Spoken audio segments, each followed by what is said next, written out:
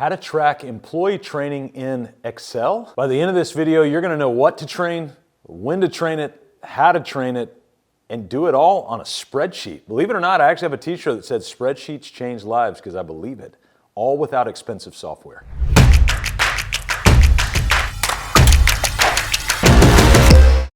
You really do have a good heart, like you really do want to train your team, but quite frankly, you look around and you get inundated with all these softwares and different things you could do. Hey, try this and we'll process out your business. And frankly, it's pretty overwhelming. You want to know how to do it a little bit easier? Tired of reviewing software or even going down the road and actually buying software and feel like you're having to learn another language, getting into it, you really only use 8% of it, getting frustrated, dumping it, moving on and never training again? I know, I've been there. So let's do something different, something that's going to be valuable so you can track your training through Excel or a spreadsheet. I think it's always good to think through the purpose of these things. Whenever we're talking to business owners, we really want to think in what we call the 4 foundational cornerstones of everything: purpose, people, process, and profit. So what I'm going to be focused on is going to be the purpose side and the people side. I think will be really helpful. First, you really do need to articulate what's the purpose of the training in the first place. I think it's a good intention and a good heart to train. In fact, I've got a video that you need to go watch of how to actually build a training and development program. So make sure you click on the link in the description below and take action on that. It's going to be really helpful for you. Once you have that intentionality to go, then we've got to look and go, well, what are the pragmatics? You know, usually we get so excited to go, yeah, I'm in. You know, we'll hear somebody like me or a workshop go, hey, you really need to train. We're like, yeah, I'm going to train, I'm in. We'll tell you some heart-throbbing story, leave you crying, feel bad, you want to do something different. But then it comes down to Monday, and you're like, what do I do? Well, we're going to talk about what to do, and you don't have to do a bunch of expensive software. I think it'd be really easy for you. But I do want to go back to the purpose side and go, you do need to have intentionality around it. So it may even be helpful for you to get a scratch sheet of paper and just write down, why is training important, and answer the question. And then you can just relay that to your team in a repetitive, predictable, and meaningful way. So we're going to layer this out in 3 ways. First, I want you to list your training. Then I want you to map your training across a timeline. And then we're going to do accountability around that training. One of the guys, a long time ago, I think it was Thomas Edison, he used to say, vision without implementation is hallucination. I don't want to hallucinate. I don't like the idea of hallucination. So let's just implement and let's do something about it. In listing your training, there's a simple tool that we can build, again, on a spreadsheet that will be very, very helpful. We call it the Master Process Roadmap. In that Master Process Roadmap, we're going to base it off the 4 core systems. Now, I told you the 4 foundational cornerstones, those are those 4 Ps: purpose, people, process, and profit. But the 4 core systems in every business fall under that process vertical within the cornerstones. They are, in this order: marketing, sales, operations, administration, and accounting. Now, the reason I said in that order is because marketing is basically us telling the world, hey, we're here, we're over here. Sales is where we were dating, let's say at marketing. You know, we're going on dates, getting to know each other. And then sales is where we walk down the aisle of sales and we get married, client and provider. And usually it's a contract of some sort of whatever. Well, operations is where we actually have to fulfill the vow that we made at the altar of sales. So you see how this is progressing all the way through. And then accounting, administration, that's where we, mow the grass and change the diapers and change the light bulbs and pay the bills. And so we kind of look at it like a life cycle in there. In your master process roadmap on a spreadsheet, literally column A, just write marketing at the top. Column B, write sales. Column C, operations. Column D, admin/accounting. Underneath each one of these, what I want you to do is set a timer for 5 minutes. And under each one, just brain dump as many of the processes that you can think that take place within marketing. So let's practice. In marketing, you might have the website, social media channels, lead outreach. Let's say you're a home builder and one of your big lead sources is architects. Architect follow-up is a process within that, right? Do you have that articulated? Then you go to sales. You get estimating, bid follow-up, lead follow-up, estimating follow-up. Like all of these things need to be listed out. They're a process. Because if they're not written down, then we're not going to repeat them. We don't have that repetition, predictability, and meaning, both for us and our team and also for our client, because they need that repetition as well. Go to operations, and we're going to have different things like electrical walk or the design process or how to pull a permit, whatever might be down there. You should have 10s, 20s, 50s. Eventually you'll have hundreds, but let's just start with 10s, 20s, and 50s. And then in accounting, that's a super easy one. Receivables, payables, invoicing, insurance certificates, there's a variety of different things. If you can start there, then what we've done is we've just started simply on a spreadsheet to list those things out. Now, once you've done that, I want you to look at your spreadsheet. Just tell yourself how you feel. It's kind of nice having that thing on a sheet of paper and not just swimming around up here in your head. After you've listed out your training, I think you're going to have sort of a settling feeling And it's going to be a little bit bifurcated. I know that's a big word, but on one side of your brain, you're going to think, man, this feels really good to have this stuff listed out. On the other side of your brain, you're going to think, oof, that's a lot to train on. That's okay.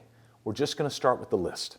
The second thing I want you to do is I want you to take your master process roadmap, spreadsheet. I want you to create a second spreadsheet that we call the anchor. You could literally do this all in the same spreadsheet and just use different tabs. So the first tab is going to be Master Process Roadmap, or MPR. The second is going to be your anchor. Now, the anchor we grab not from a boat anchor to where you launch it. I actually live down on the coast of South Carolina, so we're very familiar with boat anchors. It's actually a neat metaphor to think that I've got an anchor in the water sitting on the bottom of the ground. It doesn't mean I'm locked into place. It just means I'm locked in that area. My boat can still kind of float around that. But we chose a different anchor. If you're a climber of any sort, you use an anchor at the top of the rock or at the top of whatever face that you're climbing. Why do we use that instead? It was because this one anchor holds the pinpoint for all the other lead ropes that come off of it. And so everything that you want to give life to climb up that wall, we need to be locked in and anchored at the pin at the top of that rock face. So we need to make sure that that thing is locked in. And with repetition, predictability, and meaning, we're following through with that. So here's how you do it. In that second sheet called the anchor, we're going to put the weeks of the year across the top. So 1/1, 1/8, 1 whatever 7 days after that is, right? And so we're going to go all through the 52 weeks. Then down the vertical column, column A, we're literally going to write out all the things that we want to train on. Now, you don't have to put every little training item. What you can do is you can put marketing training, and that's a line item for the whole year. Sales training, just follow your MPR headings. You could do operations or construction training, and then administrative training. And then if there's any other line items, you shouldn't have more than 6 or 7 total, but just start with those 4, marketing, sales, ops, and admin. And so that's on your left-hand side. And then throughout the year in each one of those cells, you can just insert a little note. And in there, you can write the training of the week. So if you're marketing and you want to train on how to update the website, then just go into that cell of this week to marketing and put train on the website, or whatever it is. You've got it all down in your MPR. So now we've got it listed out in the master process roadmap. We've got it mapped out on timeline, kind of in Gantt chart style for those of you in the construction contractor space. So think of it like a Gantt chart for your training over the course of a year. Now, accountability is everything. We'll ask contractor owners and business owners around the country, hey, what's most important for you? And they're like, if we could just get done the things we say we're going to get done, that would be killer. And so it's the magical word of accountability, but nobody knows how to do it. So I'm going to give you 2 tools I think will be helpful. So we've got our master process roadmap. We've listed it out. We've got our anchor where we've mapped it out with timeline. If you can build a simple team meeting agenda. Now, your team meeting agenda may not look like ours. That's okay. Just remember this. Principle-wise, I want it 1 hour, agenda-driven, and leader-led. The agenda must be published, and there must be a leader. And by the way, the leader doesn't have to be you. Every meeting in our business currently is not run by me. I own it, but I don't run all the meetings. I actually only run one meeting called the marketing and sales meeting, because I am still the director of business development, marketing and sales for our business. So I run that meeting. But our team meeting, our coaches meeting, our directors meeting, and our one-on-one check-ins are all run by other people. Little side hack, it's a great leader development tool if you let somebody else run the meetings. All right, back to our point. So your meeting agenda is where you can build a line item in there to say, review the anchor. The anchor is where you can take the process from the master process roadmap and make sure you review it so you can see where we're building on these things. Now, the most granular way for accountability is to go and have a job role scorecard. Now, the job role scorecard is super simple, especially in the age that we're in right now, as we can leverage machine to help us out. The first thing you'll need is you'll need an actual job role, and a job role you've built around the gaps in your business. I don't want you running out to the internet and finding a bulk job role for that job title that you need. I want it to be a job role you have created. BYOC, bring your own creativity to this, all right?